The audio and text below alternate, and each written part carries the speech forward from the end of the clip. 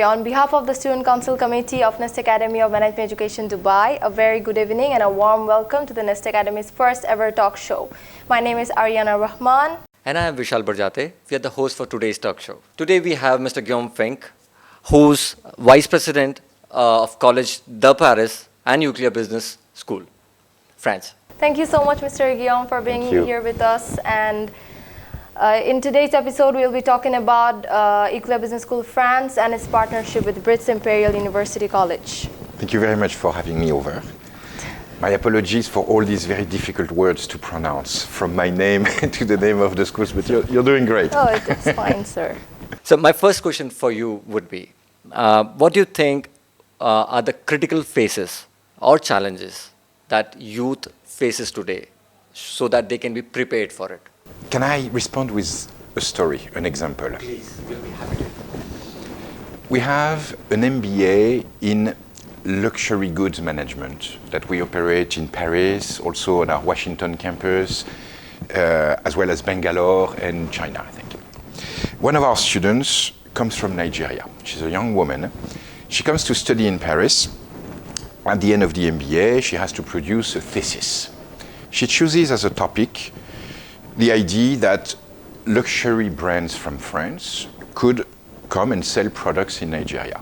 I validate her thesis topic, and I tell her, you know, that's the first idea, but sometimes you have to adapt. Who knows what will happen?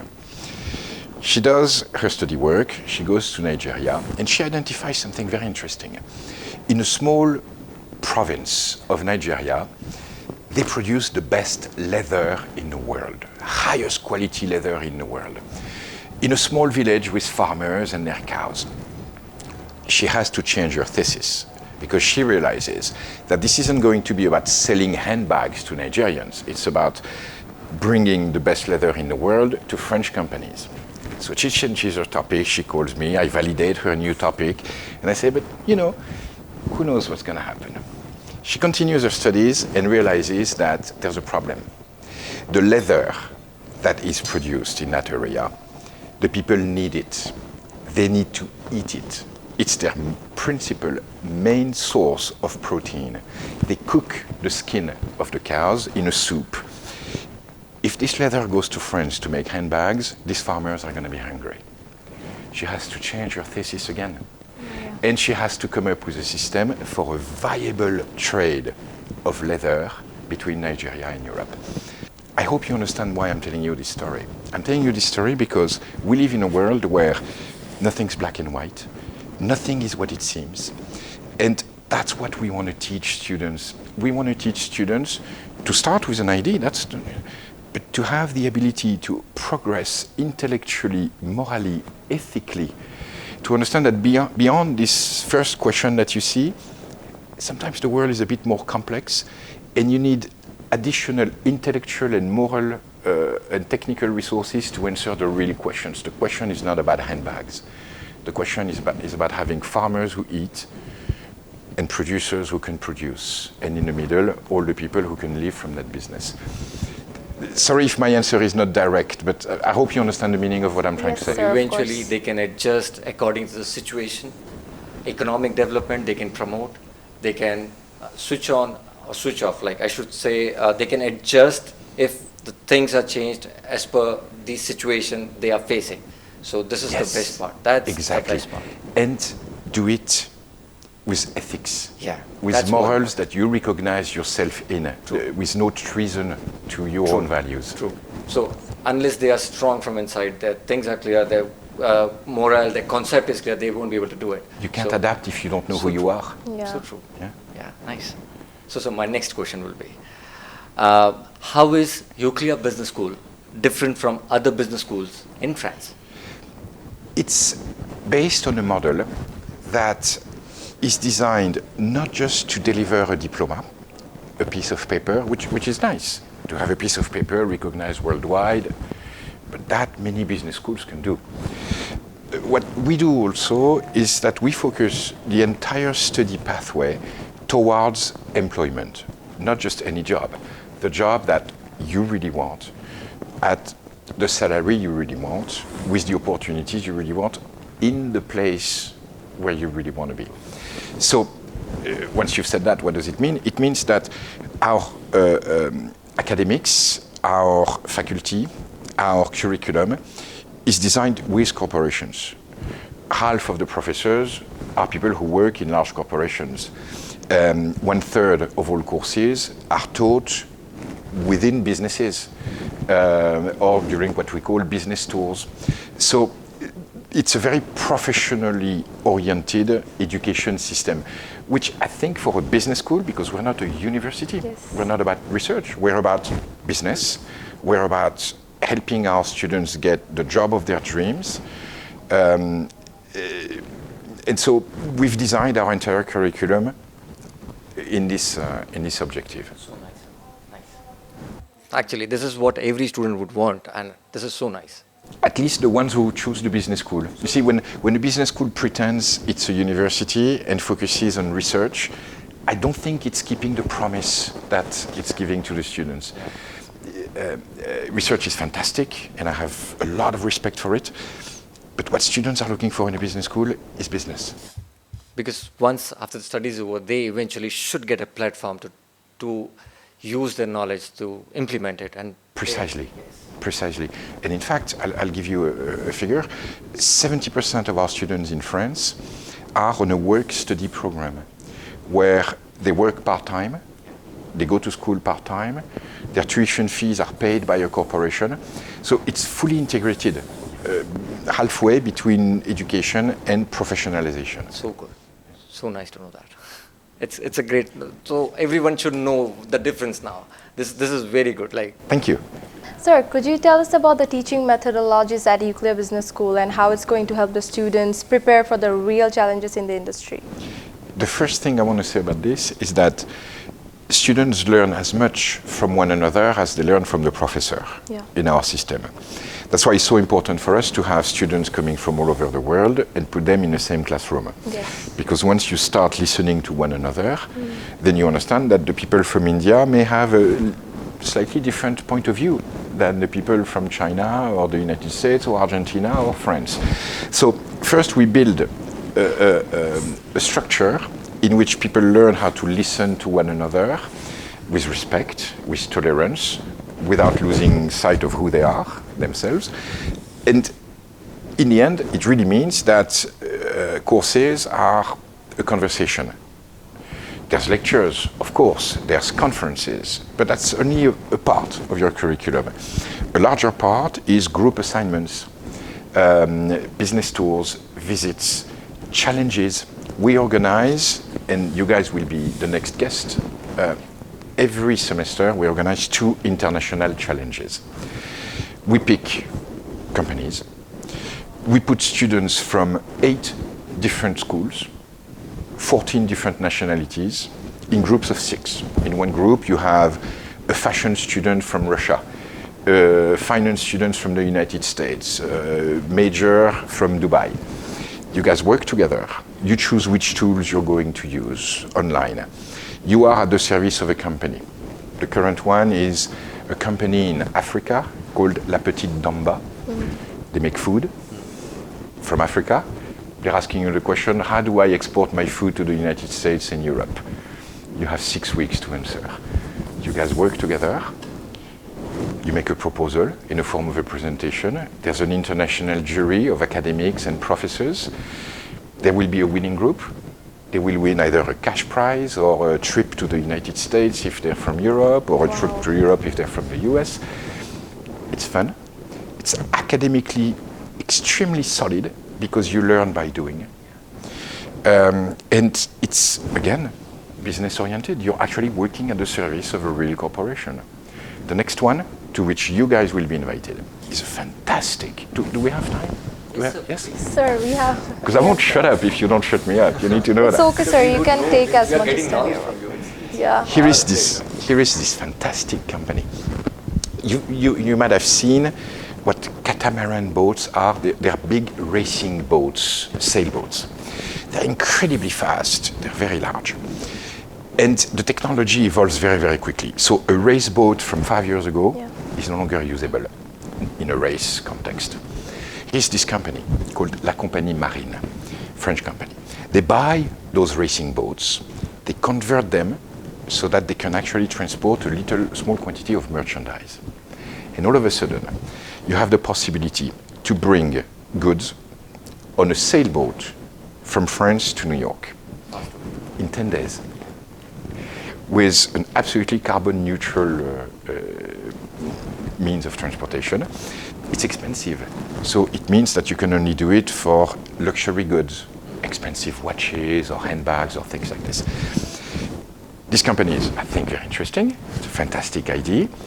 Your challenge this summer, you will work with students from Tunisia, from France, from Argentina, from the United States, and from India. As a team, tell us how you would see the future of this company. Do they need to open a route to Hong Kong? Do they need to double the number of their boats? Should they have a route towards Africa or from Africa? How do they promote their offer? Winning group will get a cash prize or a trip across the Atlantic. That's how we build our education system. You learn from the professor, but you actually really understand by doing things. I hope I'm clear in my explanation, and I apologize if I'm a bit long. You're promoting student to come across a real life challenge, Learning and that's how they learn it, and that's Exactly. the way. This way is the fastest way to learn. I believe so. Yeah, Yes. yeah, I agree. There's learning and there's understanding. You see, learning, Yeah. a good professor knows how to do that. Understanding, you need that moment where you're actually doing things. That's when you find out if you really have understood what you have not yet understood, what you still have to learn. That's where the questions come.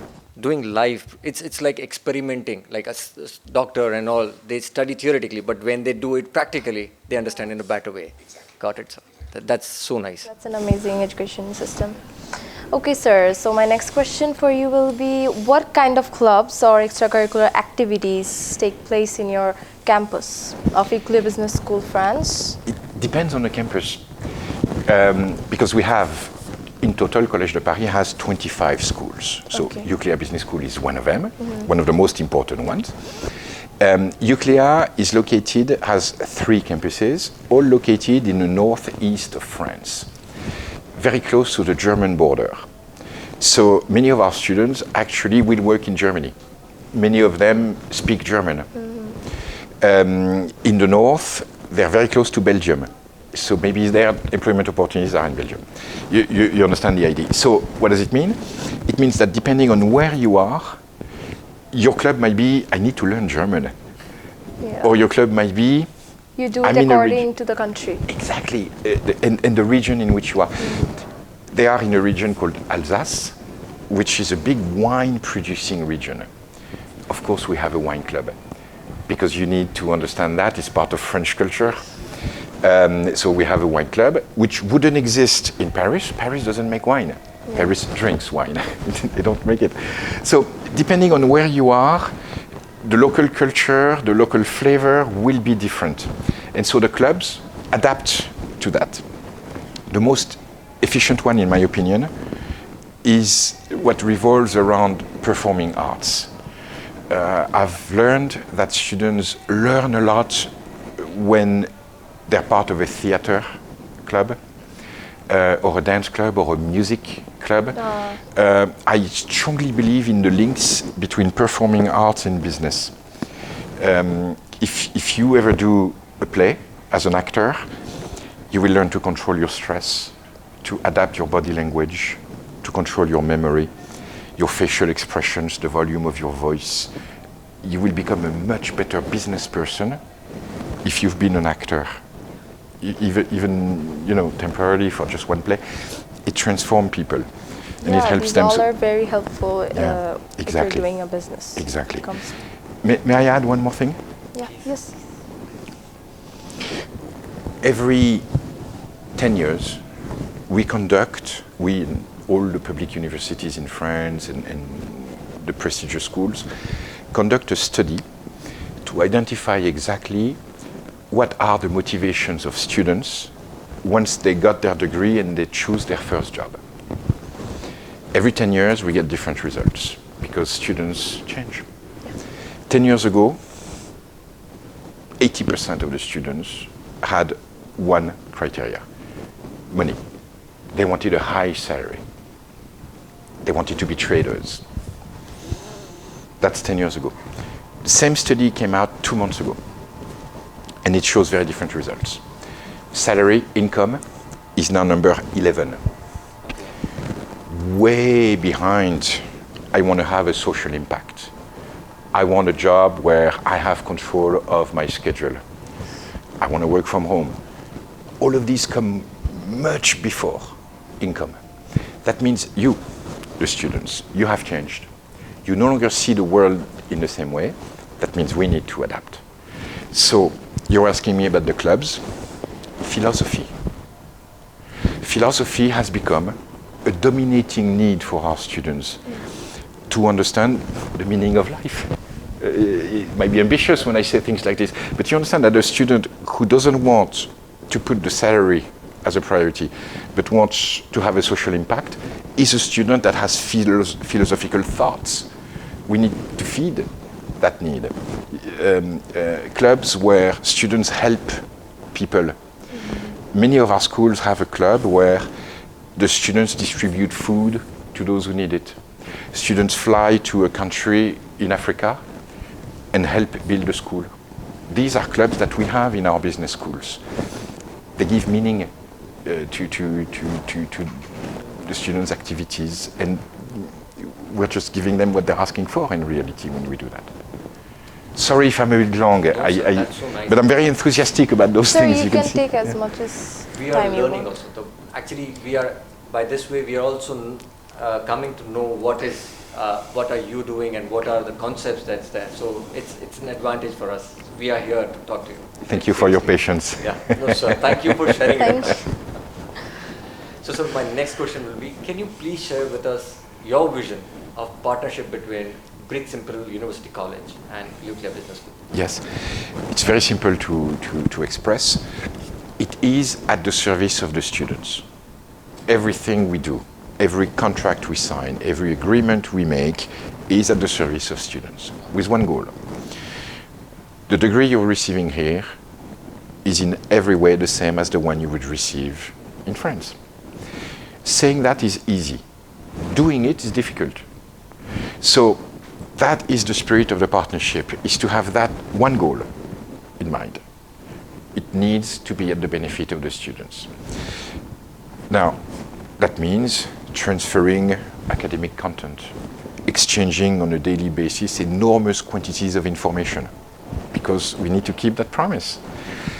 It means also being creative, and it means thinking of 2 years, 5 years, 10 years down the road, which is not normal in the world of business. But we're in a special business, it's education.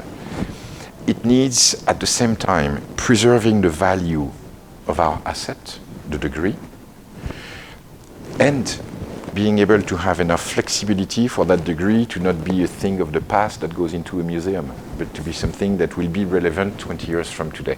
It's not easy to do all of these things. So to answer your question simply, this partnership is designed to do that, to preserve the value of the degree that the students are going to receive, while building all the mechanisms, processes that guarantee that this degree is still relevant, not just valid, relevant in 10 years, in 15 years, in 20 years. We're lucky. The people here are creative. The people of Brits, the people of Nest are creative, enthusiastic people.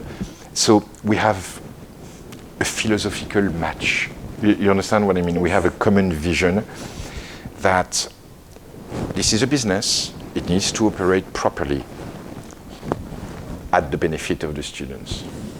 I hope I'm clear. Absolutely clear. Yes, sir. We got it.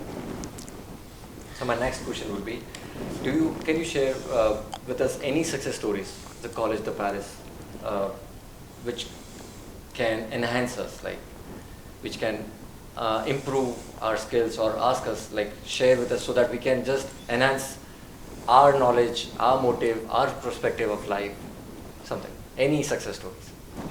I have one that comes to mind instantly. We have many, but this is the one that comes to mind because this is a person that was my student, and then one of my associates in just a few years.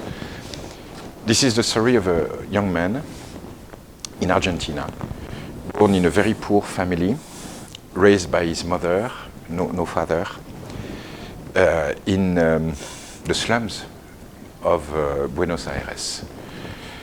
At age 15, he's diagnosed with blood cancer. Doctors give him a few months to live. The kid decides he's not going to die. He'd rather not. So he survives, enters in remission, works really, really hard in school, and gets his high school diploma, #1 of the high school, best graded student. So he receives financial aid from the Argentinian government to finance his education in a university. Of course, he graduates #1 of the university.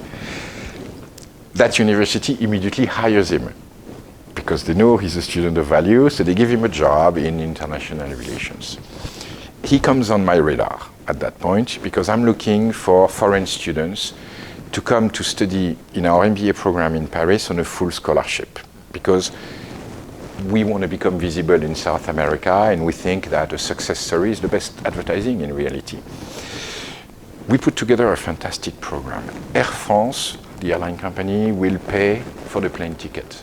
An insurance company will pay for the accommodation. We will pay for the tuition fees, of course. A company will give that person a job, etc., etc. So a little cash comes to France, enters the MBA, and then we have a challenge with the French post office. After 1 week, I just arrived to France for 1 week.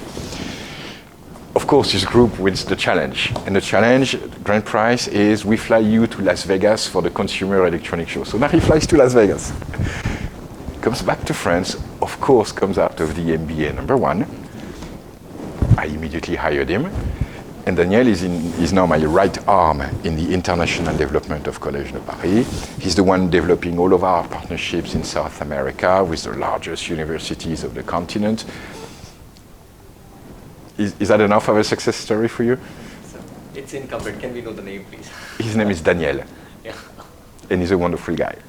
I would love to meet him. You will. Yeah. You will. You will. Because it sounds so inspirational. Like, seriously. That's what education does. Yes. It transforms life. Sometimes you have to work really, really hard. And trust me, I made it sound easy. But this is a hard-working guy. He wouldn't have gotten there yet, or otherwise. But it's one of those cases where if you do work hard, there will be a guarantee of result. It's not always true in life, but in the case of education, yes. If you work hard, you will get results. Yeah. The harder you work, the better the results. There's a direct link. It's not always true in life. Yeah. Sometimes you try hard, you don't succeed. Yeah. But in education, if you try hard, you do succeed. Yeah. Yeah. Thank you, sir. Okay, sir, I want to know, would you like to pass a message to the students who are about to start their journey at the Nuclear Business School in UAE? Work hard. I think that's been my message. Yes. We're not going to work for you. We're going to give you a toolbox. We're going to teach you how to use those tools. But you'll be doing the work. So once that is clear, and everybody understands they will have to work if they want to be successful, and we're just giving them keys to open doors in the end, then remember that the second thing is have fun, enjoy this world. It's a beautiful world. So don't just work. Open your eyes, open your ears, open your mind, open your heart. Work smarter and harder. Exactly. And see this world. If you can, see it physically. Come visit us in any of the 30 countries where we operate. If you can't yet, because you don't have the finance, then see the world from your classroom, because in your classroom there are people from 15 different countries. So do that. And not only will you gain powerful education lessons, you will also gain strength as a human being, the strength to tolerate people who are different from you. It's a strength, not a weakness. Tolerance. Good. Thank you, Mr. Guillaume, for being with us and for all the informative answers. I'm sure our viewers will have so much knowledge with your answers, and it will be very helpful for them. It was great having you here. Hope you have a pleasant stay in Dubai. Merci. Hope this talk show was informative and very helpful. Let us know what you think the questions should we cover in the next talk show. Thank you so much, sir, for being with us. Thank you.